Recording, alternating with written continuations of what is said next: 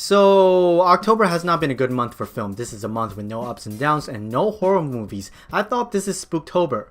What is this? Some kind of joke? Spooky month with no spook. Sure, there are two horror-based movies that came out. First one being Goosebumps 2, Haunted Halloween, which is the second one of the first Goosebumps that tells a story about Slappy that haunts the Halloween. Man, this captures nothing that made the first one good. Jack Black more like Jack just checking in before Fade to Black. Ken Jeong more like can we change a movie to watch. Every character is a normie like people still posting Uganda Knuckles meme. Do you know the way? Hell, it's Halloween. Let's watch Halloween. The only straight horror movie came out in Spooktober doesn't even have an original title. At least add a new in front of it. The new Halloween? No? Okay. I enjoy watching this one. Sure, there are a lot of flaws with the writing, but y'all talking like there's no flaw in the writing in the original. It's a slasher. I consume it as a slasher. Speaking of titles, Bad Times at the El Royale, No Place for a Priest is one of the biggest hits of the month. People have been hyping it up. I didn't like it as much. Drew Goddard, the director and the writer, also wrote World War Z, which I didn't like it as much because of the writing. He wrote The Cabin in the Woods, which I didn't like as much because of the writing. He wrote Cloverfield, which I didn't like it as much because of the writing. And he also wrote The Martian, which I really enjoy it. Looky here, I don't have any beef with Drew. The guy clearly knows what he's doing, but there's just something in his writing I don't like, and I can't point out what it is. Bad Times at the El Royale, No Place for a Priest. Biggest problem for me is the writing. However, Bad Times at the El Royale turned out to be a fine time at the theater. Knock knock, let the devil in. All the critics are bashing on this one. The audience loved it just like they loved Gotti. I personally think it's pretty bad. But it doesn't mean I can't enjoy the movie. Venom is fresh for me because I didn't expect anything Oscar worthy walking in. Why would I do that? That would be very stupid of me. What I did expect walking in is exactly what Venom is spelled backwards, which doesn't make any sense at all, and that's exactly what I got.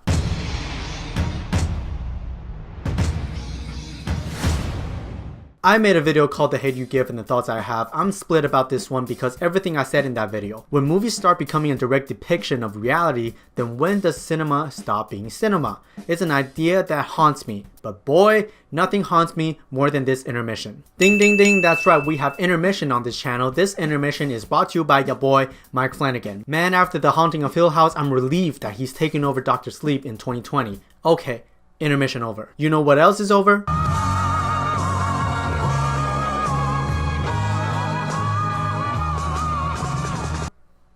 Because, you know, it happened like 20 years ago, so it's over. Yeah, this is that Bad Cannon Jingle and Chain's directorial debut, and I'll say it's very impressive. The performances are all great in this one, and I'm surprised the actor playing Stevie's nose isn't broken yet. Thank you. All About Nina more like All About Her Vagina because Mary Elizabeth Winstead in this one is basically Amy Schumer 2.0. At least we get to hear Common's voice. But I'm damn sure ain't nobody on this earth can have chemistry with that dude. Till we meet again.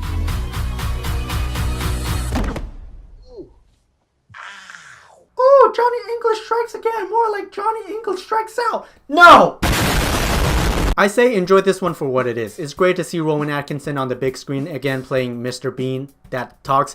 If you like the previous two, I see no problem with you enjoying this one as well. The plot is generic, like the villain ain't even plotting anything, but the score though, it's some exciting stuff.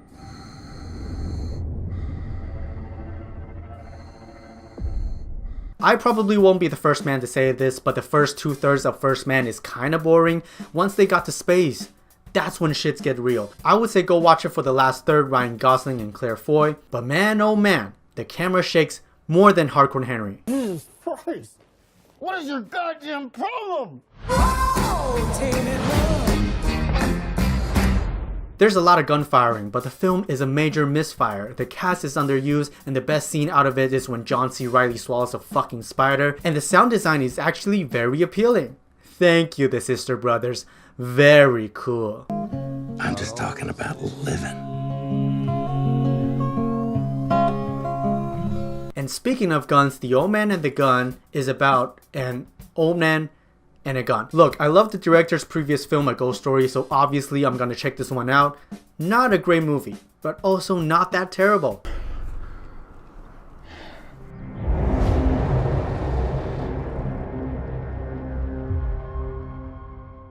Free Solo made me sweat like a motherfucker in the theater. You like The Walk? You'll like this one. Don't look up anything about the film. It's a documentary about a guy called Alex climbing the El Capitan without a rope.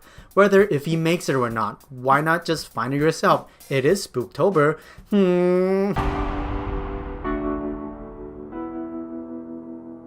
I didn't care about the film when I first saw the trailer. It looks like mops with extra cheese on top. I was wrong, because one of the best remakes is Born. Except, it is a remake of a remake of a remake of a remake. Yeah, that seemed appropriate. Why not just make an 8th grade sequel called 9th grade? That rabbit in Guardians of the Galaxy is hitting up the Oscars next year like crazy. A Star is Born is the movie of the month, and I encourage everyone to go see it. Just because the theme is powerful, and then you can go home and listen to the soundtrack on repeat, like everyone else is doing.